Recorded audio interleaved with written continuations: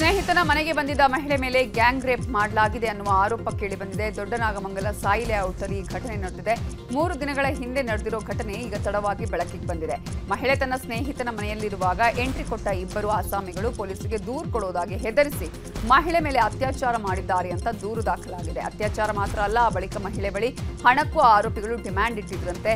ಮಹಿಳೆಯ ಮೊಬೈಲ್ ಕಸಿಕೊಂಡು ಮನೆಯಲ್ಲಿದ್ದ fridge, washing machine ಎಲ್ಲವನ್ನ ಆರೋಪಿಗಳು ಹೊತ್ತೊಯ್ದಿದ್ದಾರೆ ಎನ್ನಲಾಗಿದೆ. ಸಿಸಿ ಕ್ಯಾಮೆರಾದ ದೃಶ್ಯವನ್ನು ಆಧರಿಸಿ 3 ಶಂಕಿತರನ್ನ ವಶಕ್ಕೆ ಪಡೆದು ವಿಚಾರಣೆ ಮಾಡಲಾಗುತ್ತಿದೆ. ಪತ್ನಿಯನ್ನ ಕುತ್ತಿಗೆ ಹಿಸುಕಿ ಕಾಲಿಂದ ಕುತ್ತಿಗೆ ತುಡಿದು ಪತಿಯೇ ಕೊಲೆ ಮಾಡಿದ್ದಾನೆ. ಬೆಂಗಳೂರಿನ ಬೊಮ್ಮನಹಳ್ಳಿ ಠಾಣಾ ವ್ಯಾಪ್ತಿಯಲ್ಲಿ ಘಟನೆ ನಡೆದಿದೆ. ಕೋಲಾರದ ಶ್ರೀನಿವಾಸಪುರ ಮೂಲದ ಪದ್ಮಜಾ ಮೃತ ದುರ್ದೈವಿ. ಬೆಂಗಳೂರಿನ ಖಾಸಗಿ ಕಂಪನಿಯಲ್ಲಿ ದಂಪತಿ ಕೆಲಸ ಮಾಡ್ತಾ ಇದ್ರು. ಕಳೆದ ಕೆಲವು ತಿಂಗಳ ಹಿಂದೆ ಪತಿ ಹರೀಶ್ ಕೆಲಸ ಬಿಟ್ಟಿದ್ರು.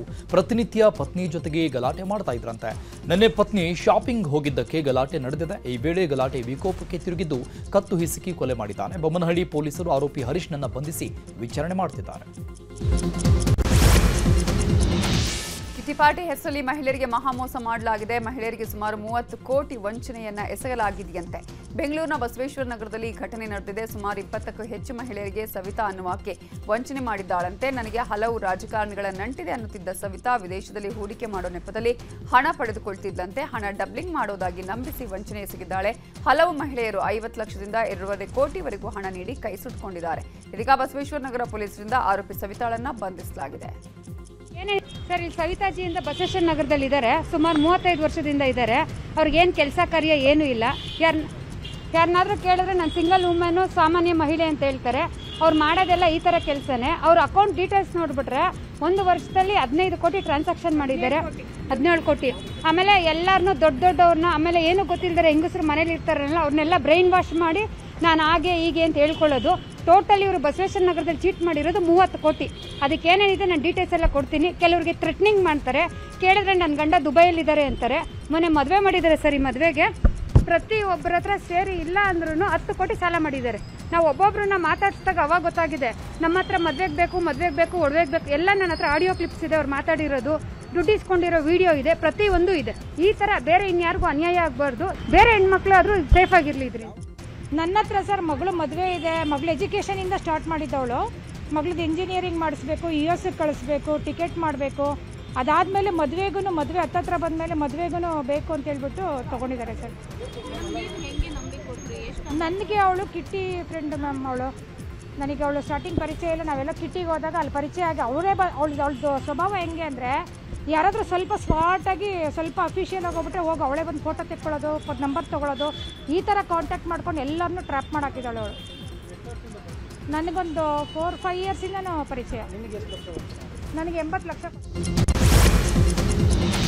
ಮದುವೆಯಾಗುವುದಾಗಿ ನಂಬಿಸಿ ಅತ್ಯಾಚಾರ ನಡೆಸಿರುವ ಆರೋಪ ನಟ ಮಡೆನೂರು ಮನು ಮೇಲಿದೆ. ನನ್ನ ಮೇಲೆ ಅತ್ಯಾಚಾರ ಮಾಡಲಾಗಿದೆ ಅಂತ ಸಂತ್ರಸ್ತೆ ದೂರು ದಾಖಲಿಸಿದ್ರು. ಇದೀಗ ಪ್ರಕರಣ ರದ್ದು ಮಾಡುವಂತೆ ಕೋರಿ ಮಡೆನೂರು ಮನು ಹೈಕೋರ್ಟ್ ಮೊರೆ ಹೋಗಿದ್ದಾರೆ. ಇಬ್ಬರು ಒಂದೇ ಬಾಡಿಗೆ ಮನೆಯಲ್ಲಿ ವಾಸ ಇದ್ದು ಒಪ್ಪಿತ ಲೈಂಗಿಕ ಸಂಬಂಧಕ್ಕೆ ಅತ್ಯಾಚಾರ ಅಂತ ದೂರು ದಾಖಲು ಮಾಡಿದ್ದಾರೆ. ಸಿನಿಮಾ ಬಿಡುಗಡೆ ಸಮಯದಲ್ಲೇ ದೂರು ದಾಖಲಿಸಿದ್ದಾರೆ ಅಂತ ಮಡೆನೂರು ಮನು ಪರ ವಕೀಲರು ವಾದ ಮಂಡಿಸಿದ್ದಾರೆ.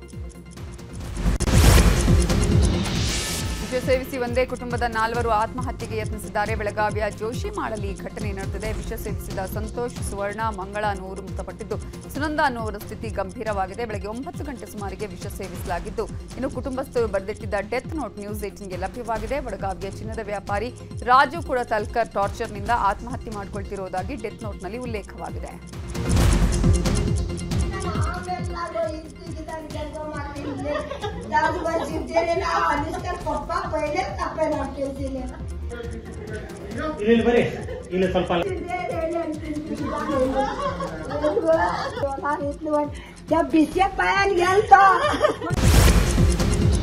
ಸಿಸಿ ರಸ್ತೆ ಕಾಮಗಾರಿ ಬಿಲ್ ಮಾಡೋಕೆ ಜೆಇ ಹಣಕ್ಕೆ ಬೇಡಿಕೆ ಇಟ್ಟಿದ್ದಾರೆ. ಕಲಬುರಗಿಯ PRE ಶ್ರೀಪಾದ್ ಕುಲಕರ್ಣಿ ಹಣಕ್ಕೆ ಬೇಡಿಕೆ ಇಟ್ಟಿದ್ದಾರೆ. ಜಿಲ್ಲೆ ಚಿತ್ತಾಪುರ ತಾಲೂಕಿನ ಗುಂಡಕುರ್ತಿ ಗ್ರಾಮ ಪಂಚಾಯತ್ ವ್ಯಾಪ್ತಿಯಲ್ಲಿ ನಡೆದಿದ್ದ ಸಿಸಿ ರಸ್ತೆ ಕಾಮಗಾರಿಯ ಬಿಲ್ ಮಾಡೋದಕ್ಕೆ ಗುತ್ತಿಗೆದಾರನ ಬಳಿ ಹಣ ಕಮಿಷನ್ ಕೇಳಿದ್ದಾರೆ. ಸದ್ಯ ಈ ವಿಡಿಯೋ ವೈರಲ್ ಆಗಿದೆ. ಕೆಲಸ ಬರ್ತೀವಿ 10 ಸಲ ಹೋಗಿ ಬರ್ತೀವಿ. ಒಂದೊಂದು ಕೆಲಸಕ್ಕೆ ಹೋದ 2-3 ಸಲ ನೋಡಿದೀವಿ. ಆ ಕಡೆ ಹೋಗಿದ್ದೇವೆ, ಮತ್ತೆ ಮುಡ್ ಹೋಗಿದ್ದೇವೆ. ಎಲ್ಲ ನಮ್ದೇ ಅಲ್ರಿ. A to Z ನೋಡ್ತಿರ್ತೇವೆ. ನಾವೇ ಮಾಡ್ತೀವಿ, ಎಸ್ಟಿಮೇಟ್ ಮಾಡ್ತೇವೆ. ಆ ಸ್ಯಾಂಕ್ಷನ್ ನಾವೇ ಎಲ್ಲ ಗೈಡೆನ್ಸ್ ಕೊಡ್ತೇವೆ. ಅವ್ರ ಏನಿಲ್ಲ ಒಂದೇ ದಿನ ಕೆಲಸ ಅವ್ರದ್ದು. ಅಂದ್ರು ನಾವು 5% ತೊತ್ತೇವೆ, ನೀವು 3 ತೋರಿ ಅಂದ್ರೆ ಇಲ್ರಿ ಸರ್ ಸಾಧ್ಯ ಇಲ್ಲ, ಅದು 5% ಕೊಡೋದು ಹೇಳ್ಯಾರ ನೋಡ್ರಿ.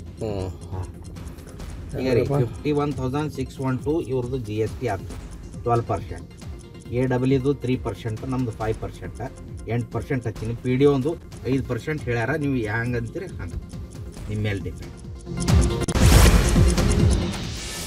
ಬೆಂಗಳೂರಲ್ಲಿ 2008ರ ಸರಣಿ ಬಾಂಬ್ ಸ್ಫೋಟದ ಉಗ್ರ ನಾಸಿರ್ಗೆ ನೆರವಾಗಿದ್ದ ಮೂವರನ್ನ NIA ಅಧಿಕಾರಿಗಳು ಬಂಧಿಸಿದ್ದಾರೆ. ಪರಪ್ಪನ ಅಗ್ರಹಾರ ಜೈಲಿನ ಮನೋವೈದ್ಯ ನಾಗರಾಜ್, ಜೈಲಲ್ಲಿ ASI ಆಗಿದ್ದ ಚಾಂದ್ ಪಾಷಾ ಹಾಗೂ ಮತ್ತೊಬ್ಬ ಉಗ್ರ ಜುನೈದ್ ತಾಯಿ ಅನೀಸ್ ಫಾತಿಮಾರನ್ನ ಅರೆಸ್ಟ್ ಮಾಡಲಾಗಿದೆ. ಬಂಧಿತ ಮೂವರನ್ನ NIA ಕೋರ್ಟ್ಗೆ ಹಾಜರುಪಡಿಸಲಾಗಿತ್ತು. ಇದೀಗ 6 ದಿನಗಳ ಕಾಲ ಆರೋಪಿಗಳನ್ನು NIA ವಶಕ್ಕೆ ಒಪ್ಪಿಸಲಾಗಿದೆ.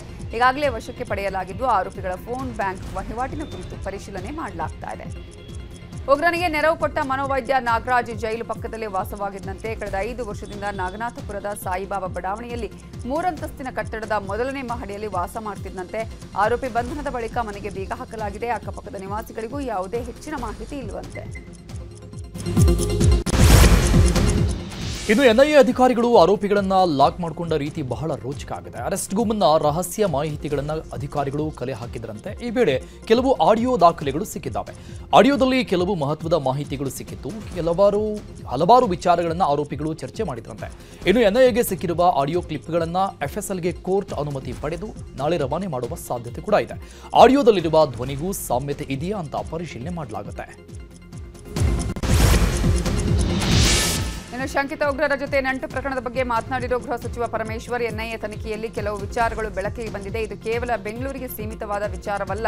ಹೊರ ದೇಶದ ಬೇರೆ ಬೇರೆ ಕಡೆಗಳ ನಂಟಿರಬಹುದು. ಬೇರೆ ಜೈಲುಗಳಲ್ಲಿ ಇದೇ ರೀತಿಯ ಅಕ್ರಮದ ಶಂಕೆ ಇದ್ರೆ ಬಂದಿಖಾನೆ ಇಲಾಖೆ ಅದನ್ನು ನಿಯಂತ್ರಣ ಮಾಡ್ತಾರೆ. NIA ತನಿಖೆ ಮಾಡ್ತಾ ಇದ್ದು ಆ ಬಳಿಕ ನಮಗೆ ಮಾಹಿತಿ ಕೊಡ್ತಾರೆ ಅಂತ ಹೇಳಿದರು. ವಶಕ್ಕೆ ತಗೊಂಡಿದ್ದಾರೆ. ರ್ಯಾಡಿಕಲೈಸೇಷನ್ ಮಾಡ್ತಾರೆ ಅಂತೇಳಿ 2023ರಲ್ಲಿ ನಮ್ಮ ಸೆಂಟ್ರಲ್ ಪ್ರಿಸನ್ನಲ್ಲಿ ಒಂದಿಷ್ಟು ಮಾಹಿತಿಯನ್ನು ತಗೊಂಡು ಒಂದು 2-3 ಜನರನ್ನು ಐಡೆಂಟಿಫೈ ಮಾಡಿದರು. ಅದಕ್ಕೆ ಸಂಬಂಧಪಟ್ಟಾಗೆ ಈಗಾಗಲೇ ಇವತ್ತು 3-4 ಜನರನ್ನು ಅವರು ವಶಕ್ಕೆ ತಗೊಂಡಿದ್ದಾರೆ. ಮುಂದೆ ಅವ್ರದ್ದು ಏನು ತನಿಖೆ ಯಾವ ದಿಕ್ಕಿನಲ್ಲಿ ಹೋಗುತ್ತೆ ಅಂತೇಳಿ ನಮಗೆ ಗೊತ್ತಿಲ್ಲ. ರ್ಯಾಡಿಕಲೈಸೇಷನ್ ಮಾಡ್ತಾರೆ ಅಂತೇಳಿ ಭದ್ರಾ ಬಲದಂಡೆ ಒಡೆದು ಕುಡಿಯುವ ನೀರು ಪೂರೈಸುವ ಯೋಜನೆ ವಿರೋಧಿಸಿ ರೈತರು ಪ್ರತಿಭಟಿಸಿದ್ದಾರೆ. ಮಾಜಿ ಸಚಿವ ರೇಣುಕಾಚಾರ್ಯ ಸೇರಿ ಹಲವರನ್ನ ಬಂಧನ ಮಾಡಲಾಗಿದೆ. ಭದ್ರಾ ಬಲದಂಡೆ ಒಡೆಯುವುದನ್ನು ವಿರೋಧಿಸಿ ಮುಖ್ಯ ಇಂಜಿನಿಯರ್ ಕಚೇರಿಗೆ ಮುತ್ತಿಗೆ ಹಾಕಲು ರೈತರು ಮುಂದಾಗಿದ್ದರು. ಪ್ರತಿಭಟನೆ ಮಾಡಿದ ರೈತರನ್ನ ಬಂಧಿಸಲಾಗಿದೆ.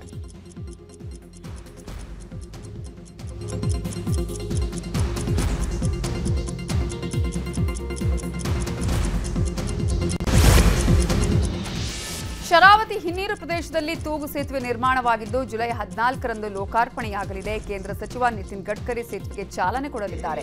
ಸೇತುವೆಗೆ ಸಿಗಂದೂರು ಶ್ರೀ ಚೌಡೇಶ್ವರಿ ಸೇತುವೆ ಅಂತ ನಾಮಕರಣ ಮಾಡಲು ಕೆಲವರು ಮುಂದಾಗಿದ್ದಾರೆ. ಆದರೆ ಇದೀಗ ಈ ಹೆಸರಿಗೆ ಭಾರಿ ವಿರೋಧ ವ್ಯಕ್ತವಾಗಿದೆ. ಯಾವುದೇ ಧರ್ಮಕ್ಕೆ ಸೇರಿದ ಹೆಸರನ್ನ ಇಡಬಾರದು, ರಾಜಕೀಯ ಲಾಭಕ್ಕಾಗಿ ಹೆಸರು ಇಡಬಾರದು ಅಂತ ಹೋರಾಟಗಾರ ಮತ್ತು ಸಾಹಿತಿ ಆರ್ ಶ್ರೀನಿವಾಸ್ ಹೇಳಿದ್ದಾರೆ. ಈ ಸೇತುವೆ ನಿರ್ಮಾಣದ ಹಿಂದೆ ಆ ಭಾಗದ ಅನೇಕರ ಪ್ರಯತ್ನ, ಹೋರಾಟ ಎಲ್ಲ ಇದ್ದಾವೆ. ಸೇತುವೆ ನಿರ್ಮಾಣಕ್ಕಾಗಿ ಪ್ರಯತ್ನ ಅವರನ್ನೆಲ್ಲ ಬಿಟ್ಟು ಅವರೊಂದಿಗೆ ಯಾವುದೇ ರೀತಿಯ ಸಮಾಲೋಚನೆಯನ್ನೂ ಮಾಡದೆ, ಸ್ಥಳೀಯ ಗ್ರಾಮ ಪಂಚಾಯಿತಿಯಲ್ಲಿಯೂ ಸಮಾಲೋಚನೆ ಮಾಡದೆ ಏಕಪಕ್ಷೀಯವಾಗಿ ಕೆಲವರು ಇದಕ್ಕೆ ಸಿಗಂದೂರಿಗೆ ಕೊಂಡಿ ಹಾಕಿದ ಹೆಸರನ್ನ ಇಡುವುದಕ್ಕೆ ಪ್ರಯತ್ನ ಪಡ್ತಾ ಇದ್ದಾರೆ. ಅದು ಆ ಭಾಗದ ಜನರಿಗೆ ಈ ವಿಷಯ ಅಷ್ಟು ಇಷ್ಟವಾಗಿಲ್ಲ. ನಿಜವಾಗಿ ಇದು ಸಿಗಂದೂರು ಪ್ರದೇಶಕ್ಕಾಗಿ ಮಾಡಿದ ಸೇತುವೆ ಅಲ್ಲ, ಅಲ್ಲಿನ ಜನರಿಗಾಗಿ ಮಾಡಿರುವಂಥದ್ದು.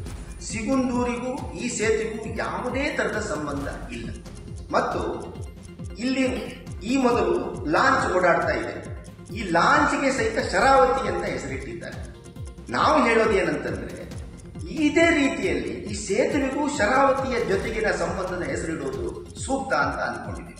ಸಾರ್ವಜನಿಕ ಉಪಯೋಗದ ಈ ಸೇತುವೆಗೆ ಯಾವುದೋ ಒಂದು ಧರ್ಮಕ್ಕೆ ಸೀಮಿತವಾದ ಹೆಸರಿಡುವುದು ಸೂಕ್ತ ಅಲ್ಲ. ಅದು ಸಂವಿಧಾನಕ್ಕೆ ವಿರುದ್ಧವಾಗಿರುವಂತ ನಡವಳಿಕೆ. ಆ ಕಾರಣವಾಗಿಯೂ ನಾವು ಇದನ್ನ ವಿರೋಧ ಮಾಡ್ತಾ ಇದ್ದೀವಿ.